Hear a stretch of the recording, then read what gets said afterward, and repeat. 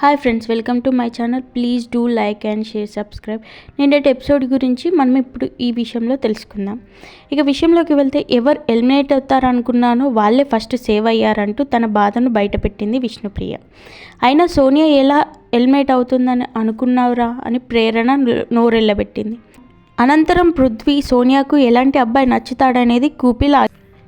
అందుకేనేమో నన్ను అర్థం చేసుకోవాలి, పొజిటివ్గా ఉండాలి, ఎంత ఎదిగినా ఒదిగి ఉండాలి, ముఖ్యంగా నేను చేస్తున్న దానికి అడ్డు చెప్పవద్దు, నా అంత బుద్ధి ఉండొద్దు అని కోరికల చిట్ట బయట పెట్టేసింది. మరోపక్క ఈమె మెంతి టమాటా కూర తినాలని కోరిక పుట్టడంతో నిఖిల్ చికెన్లో గరిటె తిప్పాడు. ఈ విషయాన్ని సీత బయట పెట్టడంతో విష్ణుప్రియ నోరెళ్ళబెట్టింది. తర్వాత నామినేషన్ ప్రక్రియ మొదలైంది. కంటెస్టెంట్స్లో తమ టీముల సభ్యులు మినహాయించి అవతలి టీంలో ఎవరినైనా నామినేట్ చేయొచ్చని బిగ్ బాస్ తెలిపారు.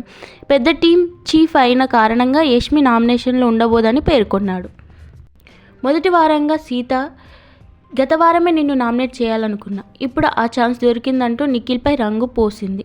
చెత్తబుట్టలో నుంచి గ్లాస్ తీసి బయట పెట్టినట్టు నన్ను అవమానించినట్టు అనిపించిందని ప్రేరణని నామినేట్ చేసింది. అభయ్ ఇంకా బెస్ట్ ఇవ్వాలంటూ విష్ణుప్రియని నామినేట్ చేశాడు. ఇన్వాల్వ్మెంట్ తక్కువైందంటూ ఆదిత్య ఓంని కూడా నామినేట్ చేశాడు. చీఫ్గా ఫెయిల్ అయ్యావంటూ నైనికను నామినేట్ చేసింది సోనియా. ఆ తర్వాత సీతను నిలబెట్టి టాస్కులు అర్థం చేసుకోలేకపోతున్నావంటూ క్లాస్ పీకింది. అభయ్తో జరిగిన గొడవల్లోనూ నీవు పర్సనల్ ప్రాబ్లం ఉందని తెలిసింది, నీకింకా మెచ్యూరిటీ రావాలంటూ తిట్టిపోసింది. అసలు టీంలో ఎలా ఉండాలో కూడా నీకు తెలియదని చురుకలు వేసింది. టోటల్గా గ్రూప్ అంతా ఫెయిల్ అయ్యారని స్టేట్మెంట్ ఇచ్చింది. ఇదంతా విన్న సీత, నువ్వు గేమ్ని ఫస్ట్ అర్థం చేసుకున్నాక నాతో మాట్లాడు అంటూ కౌంటర్ ఇచ్చింది. నీకు మెచ్యూరిటీ లేదని తిరిగి అనేసరికి మెచ్యూరిటీ గురించి మాట్లాడొద్దని సోనియాని హెచ్చరించింది కిరాక్ సీత. ప్రతి మనిషి గురించి పాజిటివ్గా చెప్తున్నారు, అది సేఫ్ గేమా లేదంటే మీ వ్యక్తిత్వమే అలాంటిదా అనేది అర్థం కావట్లేదు. అలాగే నామినేషన్ ఒత్తిడి ఎలా ఉంటుందో తీసుకోవడం చూడాలంటూ ఆదిత్యాన్ని నామినేట్ చేశాడు మణికంఠ.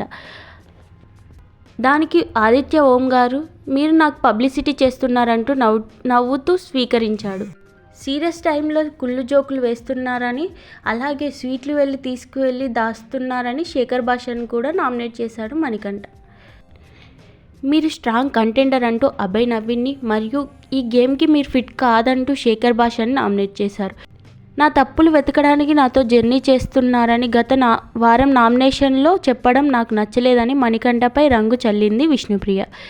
మీకు కోపం వచ్చినప్పుడు అవతలి వారిపై నిందలు వేస్తున్నది అందుకు ఆమె, నీకు నాతో అంత ర్యాపో లేకపోయినా నాపై జోకులు వేస్తావు, సారీ చెప్పినంత మాత్రాన మాటలు వెనక్కి తీసుకోలేం, నువ్వు అడల్టరేట్ జోకులు వేస్తావు, ఇప్పటికీ అదే అంటాను, బట్టలు సరిగ్గా వేసుకొని ఒక మనిషి పక్కన నిల్చోవడం అనేది కూడా నీకు తెలియదు కదా, ఒకరు కంఫర్ట్గా లేరని తెలిసినా కూడా అలా వారి పక్కన నిల్చున్నప్పుడే నీ వ్యక్తిత్వం ఎలాంటిదో తెలుస్తుంది అంటూ విష్ణుప్రియని మరింత రెచ్చగొట్టింది సోనియా. పచ్చకామర్లున్నోడికి లోకమంతా పచ్చగానే కనిపిస్తుంది అంటూ సెటర్లు వేసింది విష్ణుప్రియ.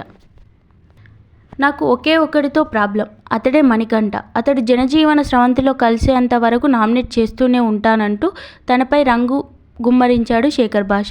నేను బిగ్ బాస్కి అన్ఫిట్ అనడం మీ నిర్ణయం బాధేసిందంటూ ఆదిత్య ఓంని కూడా నామినేట్ చేశారు శేఖర్ భాష.